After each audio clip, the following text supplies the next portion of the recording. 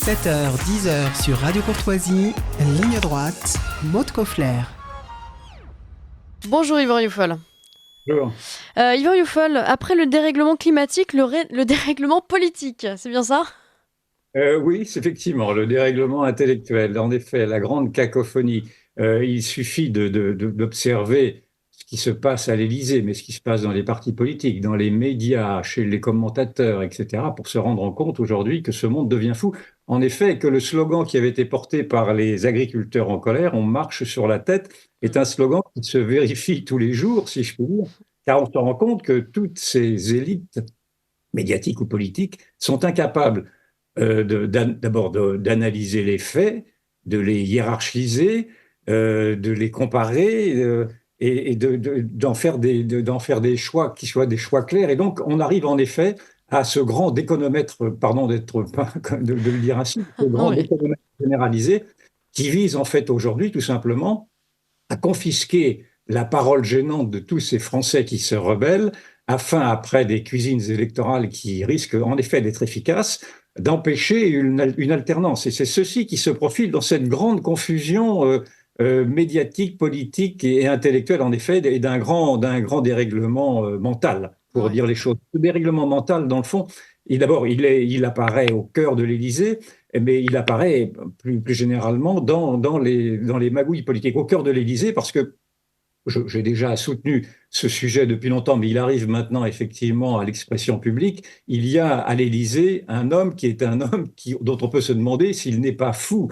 C'est le thème que je développe dans mon blog hier et que je vais développer dans mon éditorial mensuel dans le magazine Causeur, où j'invite les lecteurs devant ce narcisse esseulé à se demander s'il ne faudrait pas s'interroger sur sa démesure égotique, sa négation des obstacles, sa fascination pour la foudre, son attirance pour la transgression, sa jouissance dans le caprice, son mépris des contradicteurs, son plaisir à agiter des peurs, sa propension à se défausser sur les autres. Et je remarque d'ailleurs que cette manière de vouloir se déresponsabiliser est également une critique qui est portée par un de ses soutiens de la première heure. Je veux parler d'Alain Minc, Hmm. qui, dans un papier dans l'Express de cette semaine, poursuit également cette même analyse, dans le fond, d'une faille psychologique chez ce personnage, en effet.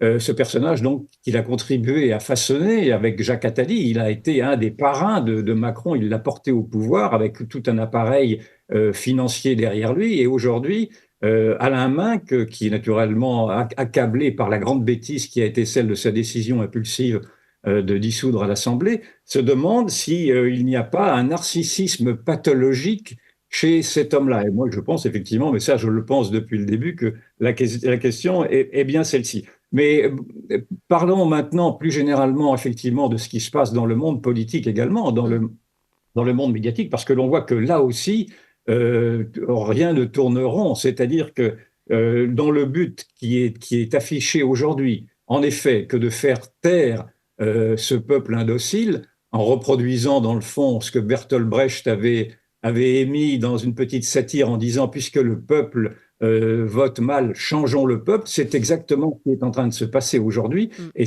aujourd'hui, à travers des cuisines d'appareils sordides, nous sommes confrontés aujourd'hui à des aberrations intellectuelles. C'est-à-dire que l'on a appris, par exemple, que Édouard Philippe, l'ancien Premier ministre, allait voter pour le Parti communiste afin de faire barrage Ouais. au Rassemblement national, le Parti communiste, c'est-à-dire le parti qui a quand même un assez lourd héritage, en tout cas en passé totalitaire et en passé meurtrier, avec des dizaines de millions de morts. Mais Édouard Philippe passe outre ceci. Nous avons vu également que Gérald Darmanin, qui se flattait d'être maire dans ces régions du Nord, en fait, est mis en difficulté par le Rassemblement national. Et s'il est élu dimanche, il le sera grâce au soutien de la France insoumise, c'est-à-dire de ce parti qui accuse la police de tuer et qui dit en substance ou quasiment qu'un bon flic est un flic mort. Hmm. Vous avez vu encore Dominique Strauss-Kahn, l'inénarrable Dominique Strauss-Kahn, ancien patron du FMI, du Fonds monétaire international, qui dit qu'il va voter pour la France. J'en ris tellement, c'est accablant, qu'il va voter pour la France insoumise, dont le programme économique est insoutenable. Il a été estimé à 200 milliards d'euros. Et Dominique Strauss-Kahn, par haine de ce que pourrait être la France française, dans le fond, est prêt aujourd'hui à cautionner ce parti qui, naturellement, est un parti qui s'est accoquiné avec toute la France islamisée et qui est porteur d'une dérive, enfin d'un autre peuple, d'une autre France. Bon, il fait bien ce qu'il veut, naturellement.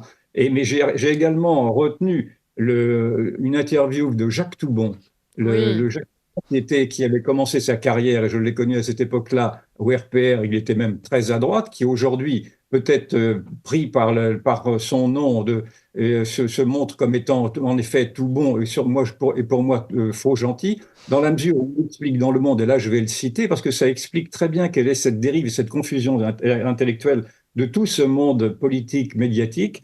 Le Front républicain connaît des nuances à mes yeux coupables, il le reconnaît, mais pour moi, il faut le plus vite possible ériger un front républicain global, y compris avec la France insoumise. Et il poursuit: j'ai été outré de certaines prises de position au sein de ce parti depuis le 7 octobre 2023, avec les attentats terroristes du Hamas, mais face à l'enjeu majeur de dimanche, écartons cela pour le moment, nous y reviendrons. Ce que nous dit Jacques Toubon, c'est que les crimes du Hamas, que l'antisémitisme islamiste sont des points de détail de l'histoire. Ça nous rappelle quelque chose. Oui. Et en fait, François Hollande a tenu exactement le même raisonnement. François Hollande est en fait toute cette gauche prétendument social-démocrate qui va s'allier maintenant au pire des partis, la France insoumise et en tout cas l'extrême gauche.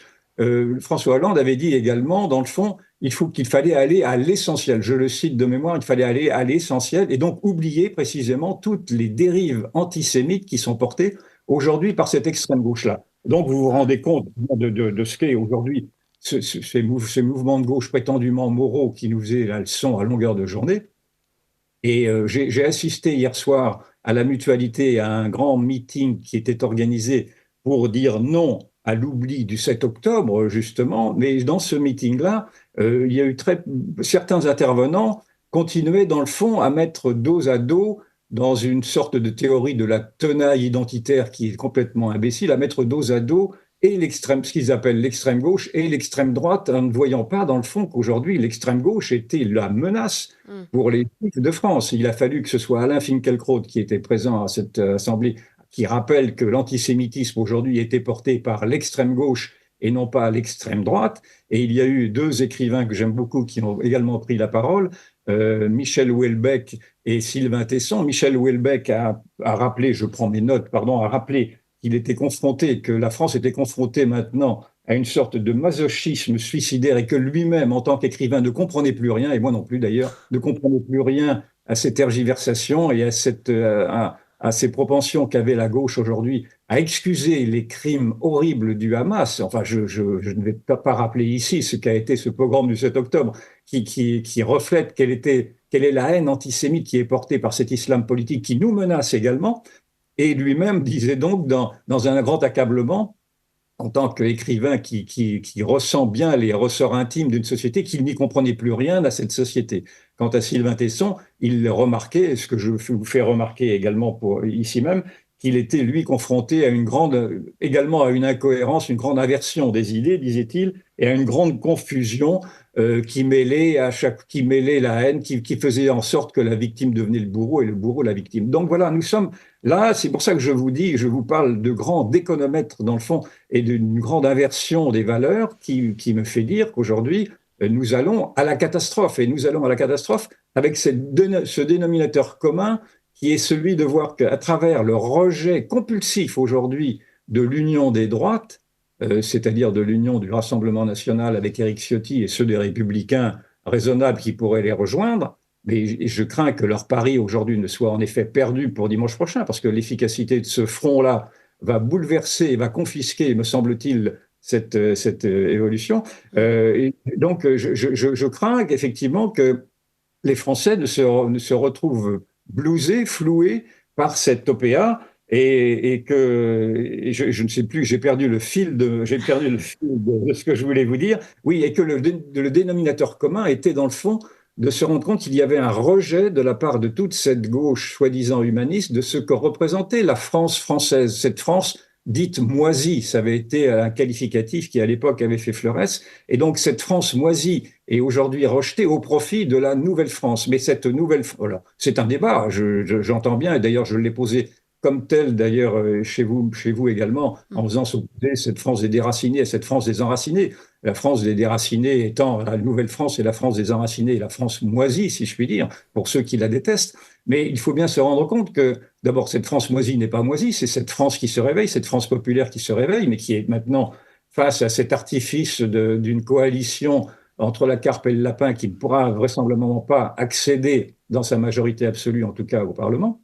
Mm. Et puis, Nouvelle France, qui est cautionnée par tous ces hommes politiques qui se renient et qui trahissent leurs paroles, dans le fond, en disant que jamais ils ne s'associeraient à la France insoumise, Macron le premier, alors que c'est le Macron le premier qui maintenant initie ces associations. Et cette France nouvelle est une France qui est une France qui ne sera plus la France. C'est une France qui, par définition, continuera, alors que les Français veulent moins d'immigration et plus de frontières, continuera à accélérer l'immigration et à abaisser les frontières et continuera surtout à s'associer à cette nouvelle France islamisée en donnant caution, en se soumettant, dans le fond, à cet islam conquérant qui a réussi déjà à conquérir les esprits des élites. Je sais bien qu'il y a encore une réticence de la part de la France profonde et de son bon sens à vouloir résister à ce dérèglement mental généralisé, mais je suis très inquiet, en effet, de l'efficacité. Il faut reconnaître que nos adversaires, politiquement, savent faire, que la Mm. France a toujours, que la droite a toujours les bras ballants, singulièrement en ne comprenant pas l'urgence extrême, et là je me répète et je radote, l'urgence extrême qu'il y aurait eu à cette droite-là à se rassembler au moins sur les points essentiels, et le point essentiel étant la survie de la France dans sa continuité millénaire. Nous sommes un vieux pays de 1500, de plus de 1000 ans d'âge, et 1500 ans si on remonte au baptême de Clovis, et c'est cette France-là qui est maintenant attaquée de l'intérieur par des élites d'elles-mêmes qui, par détestation d'elles-mêmes et par détestation de ce que représente tout un peuple qui est considéré comme étant un peuple répulsif, moisi, pour en Mm. reprendre cette expression-là, est une France qui risque de disparaître. Donc je suis vraiment accablé et je trouve épouvantable ce grand dérèglement généralisé de toutes nos élites qui ont perdu le Nord. Bah écoutez, Yvan Rioufol, vous avez tout parfaitement résumé en un peu plus de 10 minutes. J'aurais eu des questions à vous poser, mais on n'a plus le temps. Mais en tout cas, on observera les conséquences de ce fameux front républicain. Et on a déjà quelques pronostics pour dimanche. Effectivement, la majorité absolue. Mot, vous, si vous me permettez quand même aussi sur cette scandaleuse initiative des rappeurs qui s'appelle No Pasaran, qui reprennent avec No Ouais, Pasaran ce grand slogan imbécile également qui nous ferait croire que nous sommes menacés du fascisme, comme on entend l'extrême gauche nous dire qu'il faut maintenant choisir entre le Front populaire et Hitler. Et dans ce No ouais, Pasaran, il y a toute la vulgarité de cette gauche qui se renie. absolument. Vous avez parfaitement raison d'ajouter cela. Merci beaucoup, Yvan Rioufol.